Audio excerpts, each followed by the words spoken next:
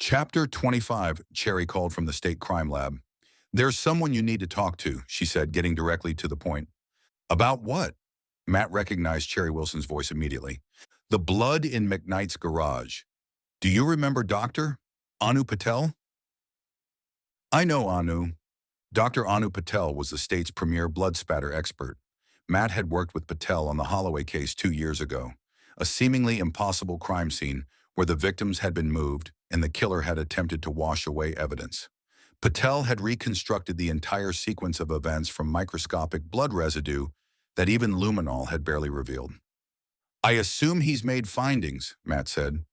Talk to him. Here's his direct line, Cherry said, reading off a number. Dr. Anu Patel answered on the second ring.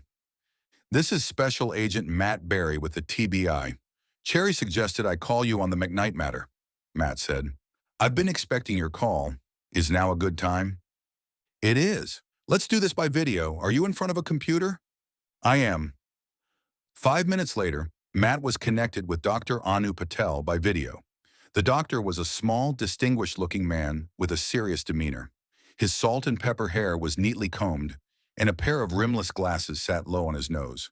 He wore a crisp white lab coat over a collared shirt, and behind him, rows of meticulously organized equipment filled the shelves. I have the photographs from the garage where the blood was found. My conclusions are the scene was staged. I can better explain my conclusions with the photographs, Dr. Patel said. I'm ready, Matt said, not surprised by the findings. He'd suggested as much to Joe.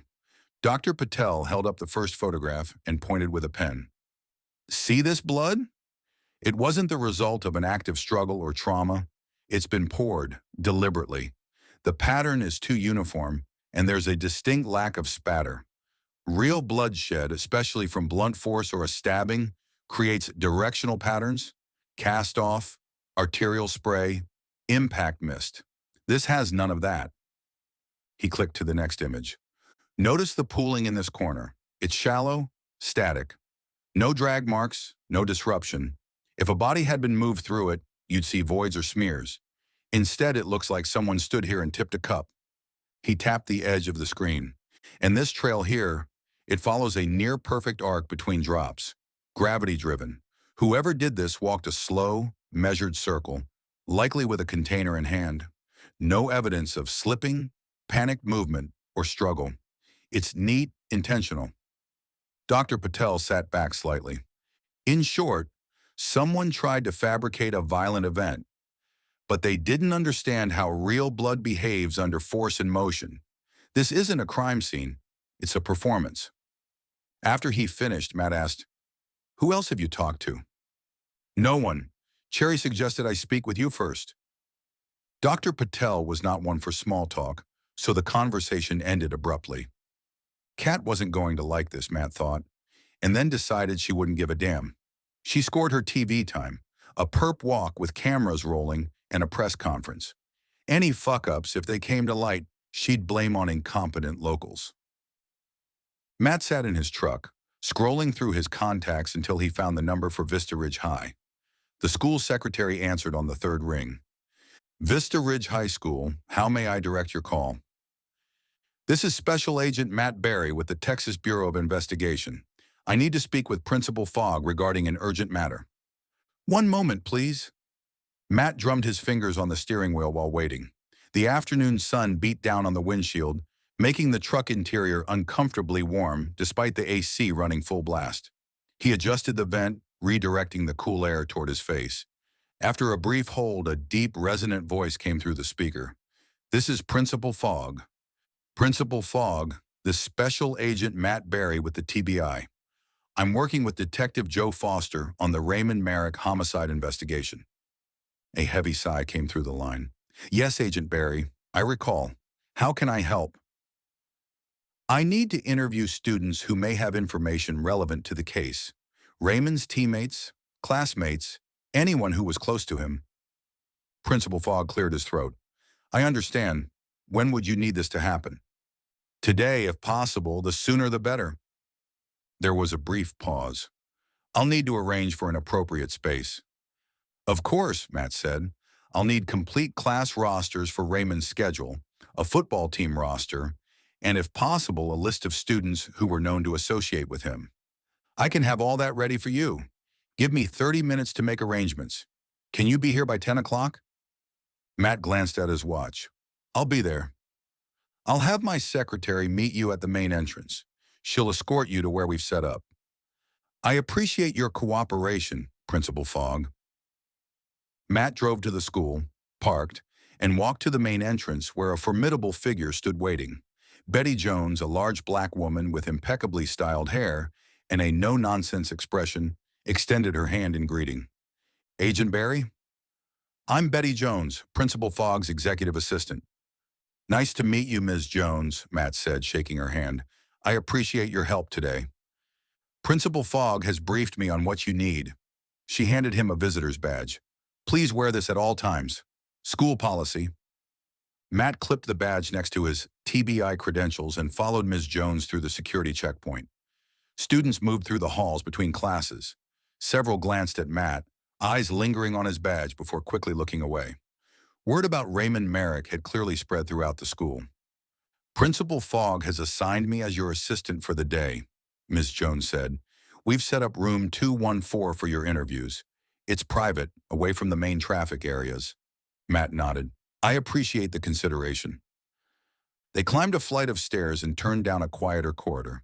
The classroom noise faded behind them as they reached a section that appeared dedicated to administrative uses. Ms. Jones stopped at a door marked 214. Here we are. She unlocked the door and ushered Matt inside. The room was a former classroom, now repurposed for meetings. A teacher's desk sat at the front, with 2 chairs positioned across from it. I've pulled the files you requested, Ms. Jones said, gesturing to a neat stack on the desk. Football roster, Raymond's class schedules, and attendance records. Matt approached the desk and began examining the materials. This is perfect, thank you. How would you like to proceed with the interviews? Ms. Jones asked, standing near the door with clipboard in hand. Matt considered for a moment. I'd like to start with the remaining members of the Gods group, Jane Flynn and James Daniel, if they're available. Ms. Jones nodded. I'll have 2 of them on deck for you at all times, Agent Barry. That way you won't waste any time. That's very efficient of you, Ms. Jones, Matt said, genuinely impressed. I'll be right back with that and your first interview. James Daniel, a.k.a. Apollo, was first at bat. Daniel was a big kid, 6 feet 2 inches, and pushing 220 pounds. He started as linebacker for the school team. He arrived wearing designer jeans and a polo shirt. As he sat, he regarded Matt with a bored, contemptuous look. Matt started his introductory speech, meant to relax any nervousness. Daniel let his eyes drift around the room, ignoring Matt. Am I boring you? Matt asked. Yeah. When was the last time you saw Raymond Merrick or Ed Black? Daniel smiled. Not sure. Matt had enough. He stood and took out his handcuffs. Stand up, turn around and put your hands on your head and interlace your fingers. Daniel's eyes widened. What are you doing? Handcuffing a smartass and taking him downtown. Daniel threw up his hands. Okay. Matt lowered the cuffs. No more bullshit? Fine, no more bullshit. Matt returned to his seat. When is the last time you saw Raymond Merrick or Ed Black? Football practice. Can I ask a question? Sure. Why is this necessary? I thought they arrested the killer. A fair question. Investigations don't stop when an arrest is made. They continue, sometimes up to and through the trial. The answer interested Daniel. I didn't know that. Do you have any idea what happened to the 2 of them after practice? Ed said he was going home to clean. His parents were coming back from vacation. Zeus. Raymond rushed out of there. I didn't have a chance to talk to him. Do you know anybody who might want to hurt either one of them? Just the guy they arrested. Do you know if McKnight had any contact with either one of them?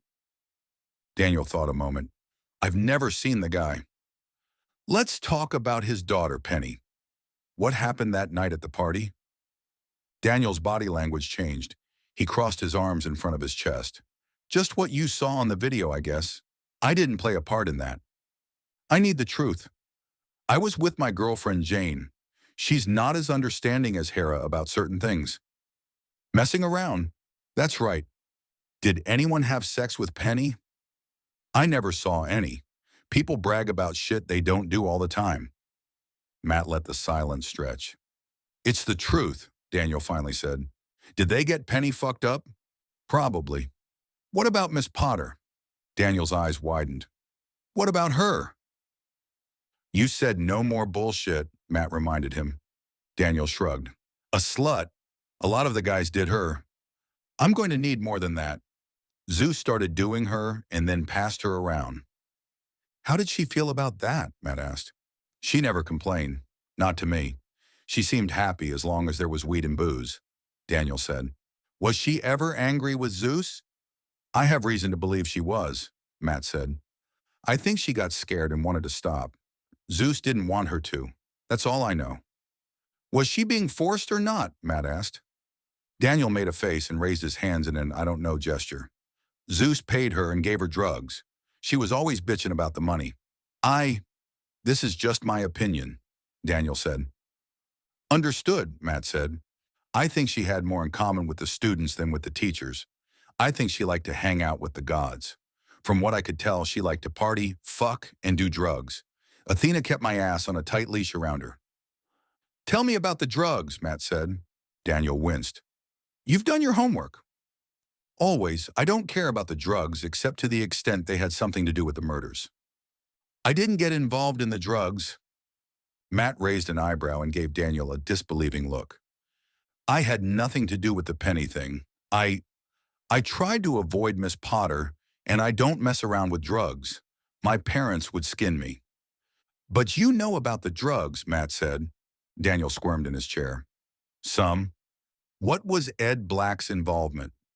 He sold for Zeus. They ever have an issue about the drugs or money? Daniel shook his head. Not that I know. But Zeus did with Officer Swift. Swift was stealing money, Daniel said. How big an operation was Zeus running? He was living large. Large enough for someone to take him out over the drugs? Matt asked. Daniel rocked from side to side in his chair. Athena and I had the same question, Daniel finally said. Athena being Jane Flynn. That's her. Matt spent the next 15 minutes obtaining the names of those who, according to James Daniel, were closest to the two victims. Jane Flynn, aka Athena, James Daniel's girlfriend, entered next. She was a pretty redhead with long, straight hair that fell to the middle of her back and clear, fair skin. Her features were soft and well-proportioned, the kind of natural beauty that didn't need much makeup. She perched on the edge of her chair and waited. Tell me about Officer Swift and the drugs, he said, intending to throw her off balance. It worked. Her eyes widened. And don't lie to me, obstructing a police investigation is a serious offense. She nodded. That was Zeus' thing. He and Ed. I can't afford trouble. What about James, your boyfriend? Flynn looked at her hands. He smokes. Most of the kids do. He wants to be a pilot and has a congressional nomination to the Air Force Academy locked up. Any trouble would wreck that. What can you tell me about the argument Raymond had with Swift? Swift wanted more money, a bigger cut. Zeus wouldn't give it to him. Someone said Swift was stealing money. That's all I know, she said. You mentioned the drugs were Zeus's thing. How heavily was he using? The question was leading, sure, but he wasn't in a courtroom. Everyone smoked. I guess he did some coke. I mean, he wasn't wasted all the time. Some of the time, Matt said. Yeah. Do you believe the drug operation could be connected to the murders? James said you discussed the idea. I wouldn't be surprised, Flynn said. Tell me about Miss Potter, Matt said. Flynn rolled her eyes. God, a total slut. I need more than that. Tell me why you think she's a total slut. Flynn stared at the table for a moment. She would send pictures to the guys, mostly to Zeus. Nasty pictures. Why would she do that? Matt asked. Because she wanted to date him, Flynn said. Then why send them to other guys? Matt pressed. That was after Hera threatened to take the pictures to the cops. Not Swift. Real cops. Like you. I've heard Miss Potter was being forced to act against her will. Flynn laughed out loud. Ha! She wanted to be with the gods and did whatever was necessary. If that's true, why did Zeus pay her? James says she got money and drugs. Matt said. Flynn looked at him like he was stupid. I told you, she's a slut. Did James ever have sex with Miss Potter? He swears he didn't. You don't sound convinced, Matt said, because I don't believe him. What happened at the party with the girl Penny? Flynn shifted in her seat, uncomfortable. The lawyers say I don't have to answer any questions. Matt remained silent. Often a witness or accused became uncomfortable with silence. They felt a need to fill it with speech. Flynn clutched her hands together on her knees. I know they took her into a bedroom. I don't know what happened. Raymond and Ed? Yes. What about Hera? She got mad and left. Did Raymond and Ed have sex with Penny? They say they didn't, Flynn answered. What do you think? I think they did something. He asked the same question he asked Daniel. Are you aware of anyone who would want to hurt Raymond or Eddie? No. Anyone who has it in for the gods. She spread her hands. The mortals, we called them that, are jealous. Look at us. Why wouldn't they be? I don't know anyone. Her voice trailed off. What about Hera? I'm under the impression she takes being a goddess more seriously than the rest of you. Flynn rolled her eyes. Hera is obsessed with it. It started as a joke. You know, the coolest kids in school. She's taken it to the extreme, and she gets angry if you don't take it seriously as she does. She has actual worshippers like that weirdo, Andrew. What about Andrew? Have you met him? Matt nodded. He's more obsessed than she is. I think he believes she is the goddess Hera. He'll do anything she tells him. It's scary. Does she have others like Andrew? More than you might think. Do you think Hera killed Zeus? Flynn took a deep breath and exhaled. Hera can be scary as fuck. Did she do it? Number could one of those fucked up zombies of hers kill? I think yes. How about you? Do you have any worshippers like Andrew? Flynn shifted uncomfortably again. I'm not as extreme as Hera. That's not an answer. I have guys that do what I tell them to. It's fun. They put you on a pedestal. It's flattering. But it's a game to me. I don't actually believe I'm the goddess Athena.